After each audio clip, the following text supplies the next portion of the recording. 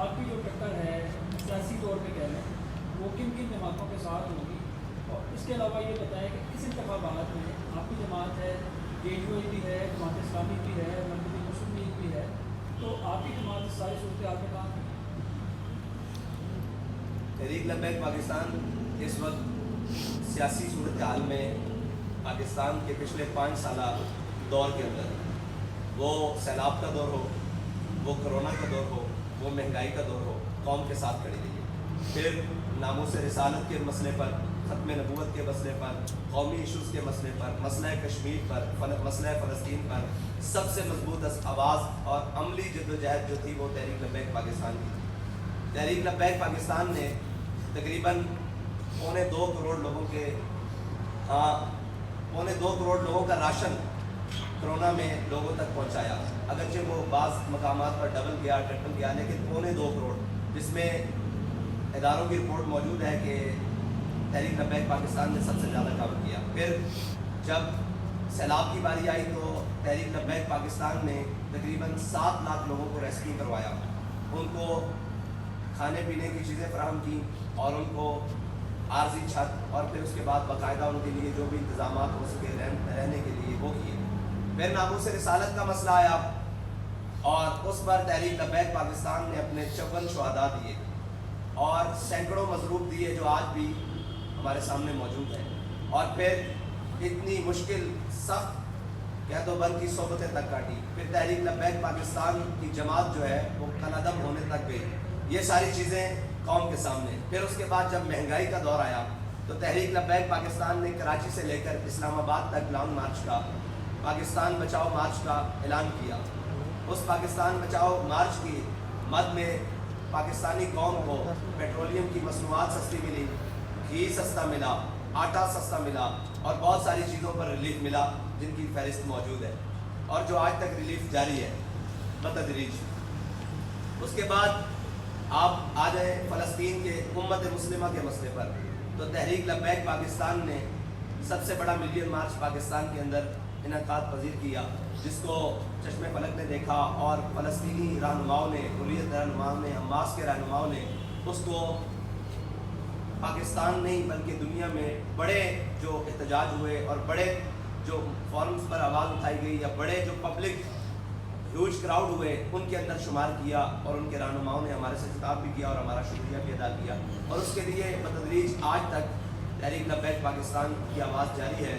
وہ جلسے ہوں، کارنر میٹنگز ہوں، وہ ہماری سیاسی کمپین ہو، ہمارے پارٹی پرچم کے ساتھ، پاکستان پرچم کے ساتھ کشمیر کا پرچم بھی جاری ہے اور فلسطین کا پرچم بھی ہے.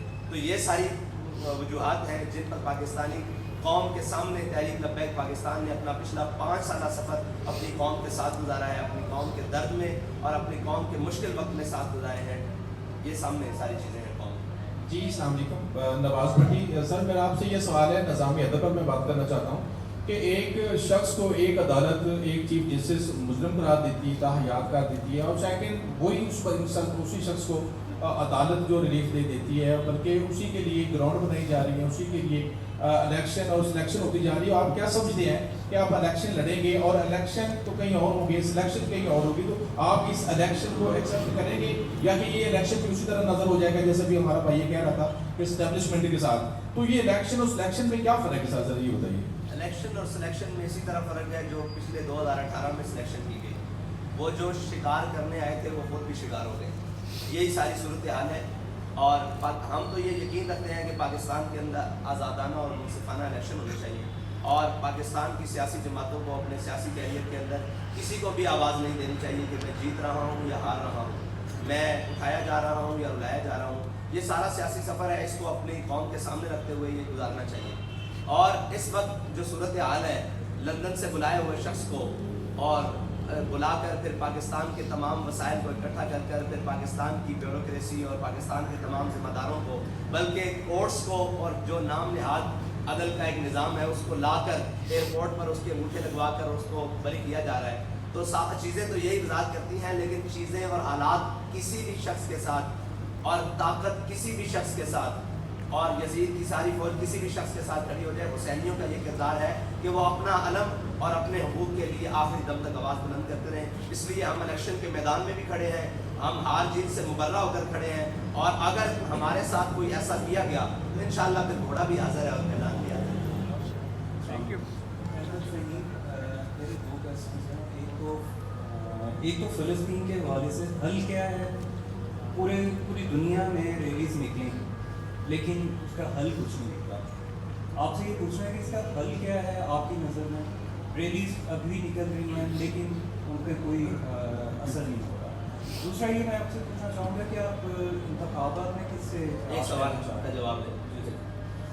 آپ نے کہا کہ فلسطین کا حل کیا ہے. فلسطین کا حل اسی طرح ہے جس طرح اسرائیل کے ساتھ ریاستیں کھڑی ہوئی ہیں. ریاست امریکہ کھڑی ہوئی ہے, ریاست برطانیہ کھڑی ہوئی ہے. دنیا کی تمام وہ ریاستیں جو طاقت رکھتی ہیں وہ فلسطین اسرائیل کے ساتھ کھڑی ہے. اسلحہ کے طور پر, مالی معاونت کے طور پر, سفارتی طور پر, تعلقات کی بنیاد پر. پھر ان کے رہنما جا کر اسرائیل میں دکھ کا اظہار ان کے ساتھ ہمدردی کر رہے ہیں. فلسطین کا مسئلے کا حل بھی یہی ہے کہ ایک طرف باطل ہے اور ایک طرف حق ہے.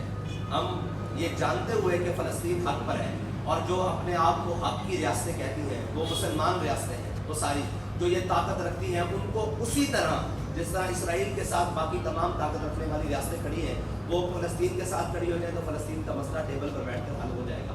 اگر کم از کم قتل و غارت رک کر یہ مسئلہ ٹیبل کے اوپر آ جائے گا, یہ طے ہے. اگر ہم یہ کہیں کہ ہماری اخلاقی اور سفارتی یہ ہماری حمایت جاری رہے گی اور یہ حمایت جاری رہے گی تو اس وقت اخلاق میں بھی فلسطینی سب سے بلند ہیں, سفارتکاری میں بھی وہ سب سے بلند ہیں جو اپنا خون بھی دے رہے ہیں, اپنے بچے بھی دے رہے ہیں, اپنی ساری چیزیں دے رہے ہیں اور اس عرض مقدس کی تحفظ کے لیے اپنے خاندان تک کٹوا رہے ہیں. تو اخلاقی طور پر, سفارتی طور پر اس وقت امت مسلمہ کے تمام ممالک سے وہ آگے ہیں. پاکستانی اور تمام امت مسلمہ کے جتنے بھی ممالک ہیں جو طاقت رکھتے ہیں ان کو اسی طرح کھڑے ہو جانا چاہیے اس فلسطین کے ساتھ جس طرح امریکہ اور باقی تاغوتی طاقتیں اسرائیل کے ساتھ ہیں. یہ حال آخری سوال. انتخابی اتحاد کرنے جا رہے ہیں آپ کسی کے ساتھ؟ انتخابی اتحاد ہم ہر اس کے ساتھ, ہم ہر اس جماعت کے ساتھ یا ہر اس دھڑے کے ساتھ کرنے کے لیے جا رہے ہیں جو ہمارے ان منشور اور ہمارے ان نظریات کی بنیاد پر ہماری حمایت کرنے اور ہمارے ساتھ چلنے کے لیے. صاحب یہ بتائیے گا کہ کراچی میں آپ کا انتخاب جو ہے جس میں آپ کینڈیڈیٹ نے ٹکر کا مقابلہ لیا اور چند ووٹوں سے لیکن وہاں پہ جو مسائل دکھائی دیے کہ اس پولنگ اسٹیشن والے روڈ لڑائیاں بہت ہوئی.